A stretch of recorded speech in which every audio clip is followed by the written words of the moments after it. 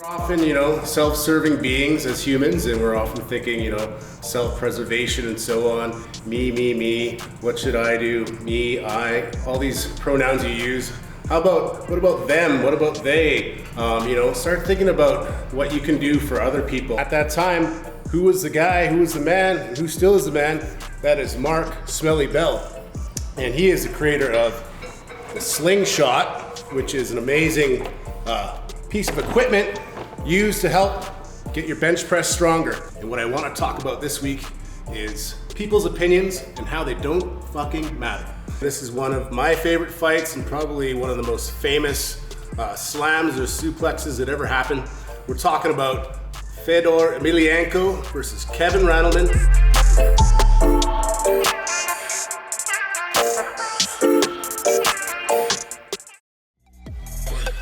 One man shit show with the Canadian Grizzly.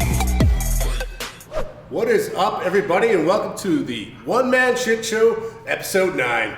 And this week, I think the theme is going to be thinking a little less about yourself. What I mean is, we're often, self-serving beings as humans, and we're often thinking, self-preservation and so on. Me, what should I do? Me, I, all these pronouns you use.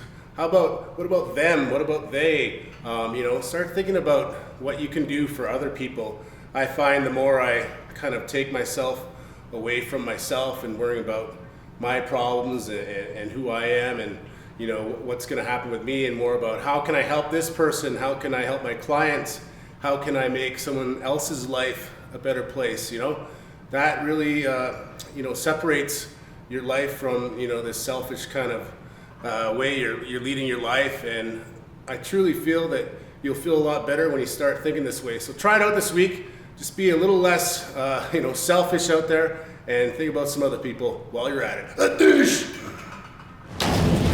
Awesome sauce. Celebrate the awesomeness. Okay, everybody, awesome sauce. Well, today I'd like to shout out someone that has heavily influenced me, especially since I returned back from Japan 2013 to Canada. I was an ex-fighter living out there and training, and hadn't really gotten into any strength training too much. Moved back to Canada, started being a personal trainer, and I needed to find something new to challenge myself.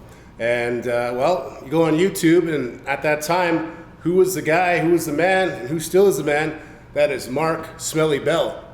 And he is the creator of the Slingshot, which is an amazing piece of equipment used to help get your bench press stronger. And so that's kind of where he made his big impact, was through the Slingshot, but he's still making amazing products, all kinds of new inventions. He's an awesome guy. But he had some really good instructionals out, it still does. But at that time, around 2013, 14, all the top lifters in the world were going to his gym and doing some instructionals and teaching us how to lift. So I learned a lot without even having a coach at all, how to lift and how to train. And Mark's a world-class powerlifter himself, so that was pretty amazing. And for some reason he had given out his number on Instagram. He was the people's coach, and so I wrote that number down, gave him a text because he used to have an Escalade called the Slangmobile. Influenced me to buy my Escalade. Bought that and just wanted to shout him out and say, hey man, check out my Slangmobile. He got right back to me. That was cool. Put that number in my back pocket. About 5 years later, I pulled out and asked him to be on my previous podcast, 2 Guys, 1 Bench. And I texted him. What happens? He called me directly and said, you know what? Good things happen to people who ask. And boom, the rest is history. He was on our podcast.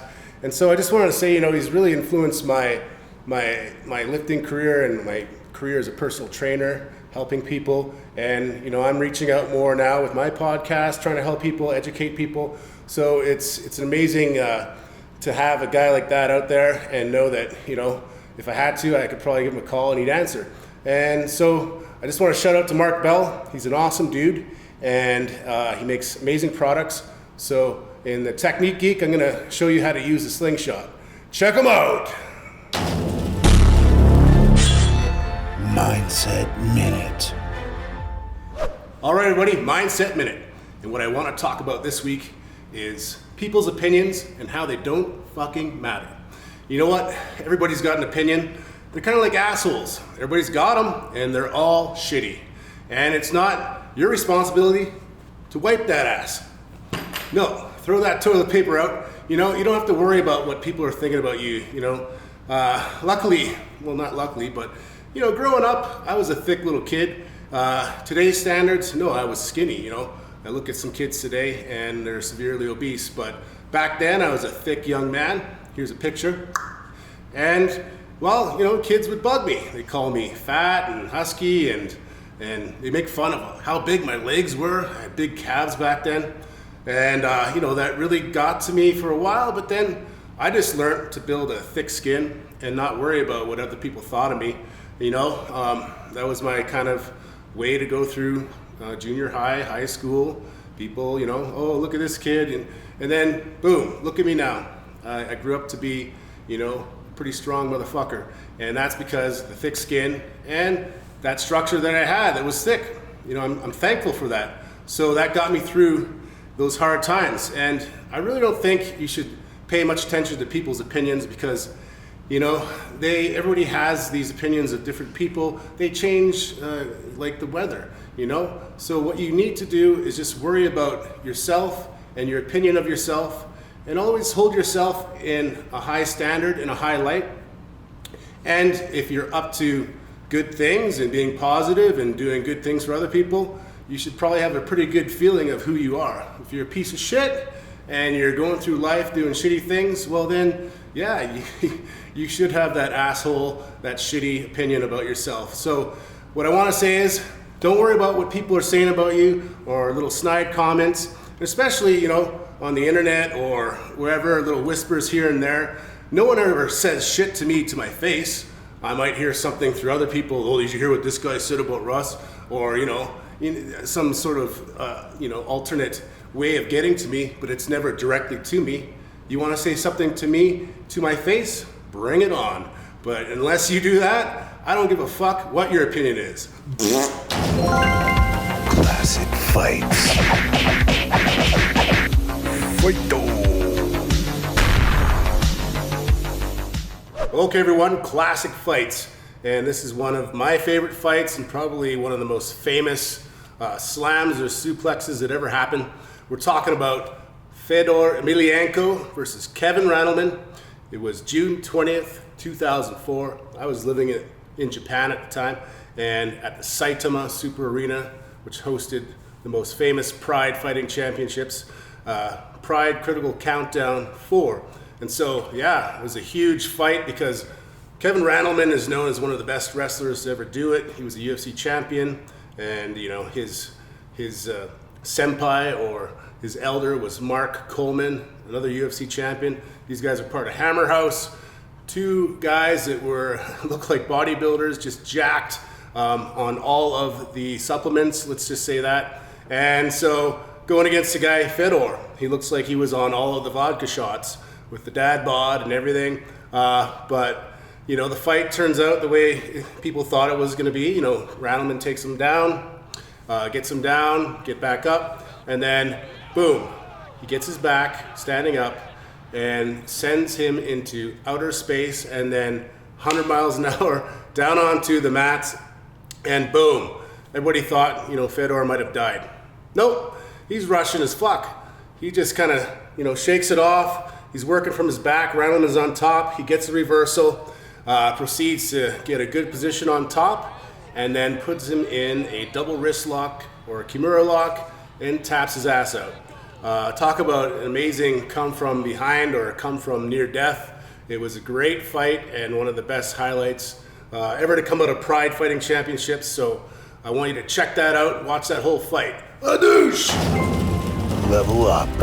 Fitness business coaching. All right, everybody, level up. Personal training essentials. And this week, I want to talk about your niche or niche market, depending on how you pronounce that. But what that means is, you know, if you just went out there and had, you know, a broad spectrum of who you're going to train, you're just, you know, Joe anything, then you're probably not going to attract the right crowd. And you know, everybody has their talents and attracts certain people. And what I want to say is, you got to find your niche market and who you attract. For example, for me, you know, one of my biggest niche markets is, you know, female clients. For some reason, you know, my female clients are attracted to my style, and I hate to say it, but they work harder and put up less bitching and problems than all my male clients. So my, you know, a good target for me is, you know, female clients. A lot of them, you know, want to build strength. I'm really good at transformations, losing weight. Females that want to trim up, you know, get a better shape, or just, you know, in general, getting in shape, learning how to protect yourself through self-defense, just anything to do with that. Another niche market that I do have as well is, you know, middle-aged men that are kind of, you know, lackluster in their physical shape, successful careers, but, you know, just kind of let their bodies slide. Well, they come see me, and, you know, all of a sudden they're working out, they're killing it in the gym, and outside of work, outside the gym and in their work is where they start to excel, because, you know, they're feeling better, they're looking better, and their whole mindset is better. So, you know, that's a big niche market for me. And I also have an online niche market, which is a lot of younger guys, particularly, you know, powerlifters, guys that want to lift, seem to be my niche market for my online clients, and, you know, creating powerlifting programs, strength training programs, helping, you know, potential fighters reach their strength goals. So, you know, I know what my niche markets are, and that doesn't mean that you have to just train those people, but you should have a great idea of who your people are and who you attract, right? And it depends on who you are, and I'd say your age range, right? If you're, you know, I'm 42 years old, I've got quite a bit of experience. You know, I have an education, university degree, I speak a few languages, you know, I can relate to a lot of people, and I find, you know, who I might not be able to relate to is the younger crowd, because now, you know, the millennials, and I don't even know what the fucking generation is before that or after or whatever, but everybody's sensitive as hell. And my coaching method is, you know, the nail that sticks out gets hammered in. Sometimes that doesn't work well for these youngsters. They can't handle me. So that might not be my niche market. But someone younger that understands the young mind and can kind of, you know, paint a prettier picture for them and be less of a, you know, a dictator might work better. But you are who you are, and I don't suggest changing who you are. I suggest targeting people who would be attracted to your style. So start thinking about your niche market and who you should center your training around, and then you can start attacking different areas, you know, let's say on social media.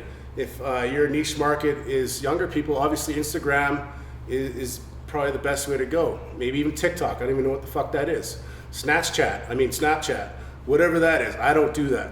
But, you know, Facebook, that's where kind of the older cats are hanging out, my age, 40, 50, you know, people that got out there. And then some people are scared shitless of all social media, but they're on LinkedIn, you know, those old business types. So you could go out on LinkedIn, start looking for clients that way. So depending on who your niche market is, you need to decide a plan of attack. So that's what I wanted to talk about today on Level Up. Fuel Up. Sponsored by Magnum Supplements. Okay, everybody, this week on Fuel Up, I want to talk about Magnum's Hard Muscle Builder. This is a new product I just started using, but I'm sure it'll give me the same results all the other products have. And what this one does is actually, you know, increase strength and size, but also reduces body fat. It has some formulas in it, including 2 forms of calcium and ashwagandha root.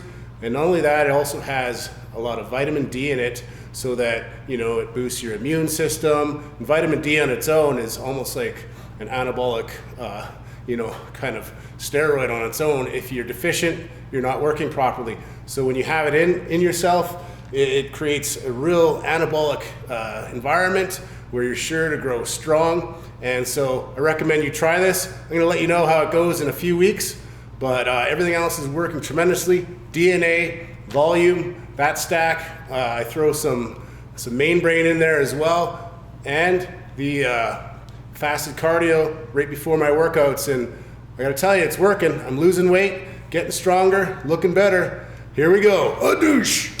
Top secret information. Technique geek. Okay, everybody, so as promised, Technique Geek, we're going to talk about Mark Bell's Slingshot. I've had this one here for probably about 5 years. It's, you know, virtually kind of brand new almost. I've used it a bunch. Kind of cool. I liked it because it was camo. I believe this is the red or original version in terms of the tension strength. So with the Slingshot, there's various models. So there's, you know, ones for, you know, lighter people that can't lift as much, you know, female lifters, and there's ones for even just regular push-ups and whatnot. And then there's the heavy-duty ones. This one here is the full bore, and they give you kind of the weight limits, but this one is for guys that probably bench over 400 pounds. You know, it's named after Mark Bell's brother who passed away. You can see more of that on Bigger, Stronger, Faster, the movie, and so on. But, you know, sad story, but he's a living legend through this Slingshot. And, you know, the full bore has really helped me kind of get used to lifting heavier again. So what does the Slingshot do? Well, it fits on your arms, and you'll see in this video, and creates more like an equipped shirt on how to get a proper form. Actually, it holds you into the proper form, keeps your elbows in tight, and then, just like the name, a Slingshot, you're gonna pull it down and hit and fire. It's gonna launch you up. So you're able to get roughly, I'd say, let's say if I do 405 for one, probably gonna be able to get 5 or 6 reps, maybe a little more if I go really quick.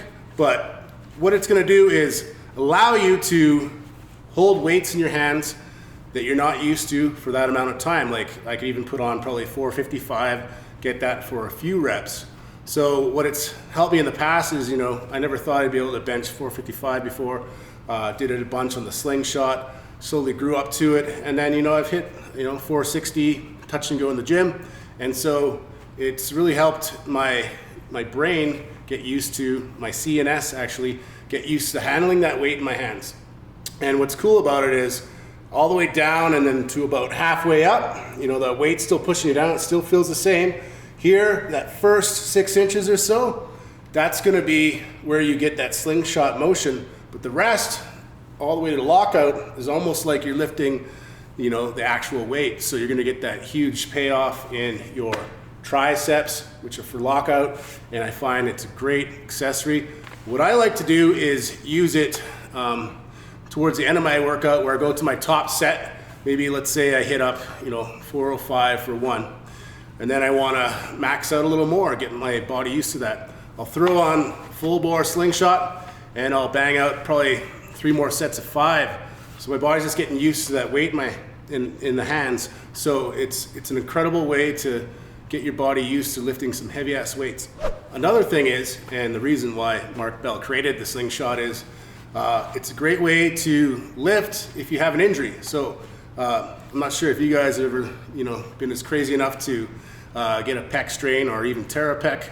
But if you have, you know, I've had a few pec strains over the years in this side, and it's painful. It feels like something's ripping in there, you know. And one of the ways I got back was through a lot of overhead press and shoulder work, and also using the Slingshot to slowly get that confidence back in my pec. And now, you know, I'm back to almost 100% from those injuries. So it's a great way to train and, you know, prevent injuries. And that's why I also love the Slingshot.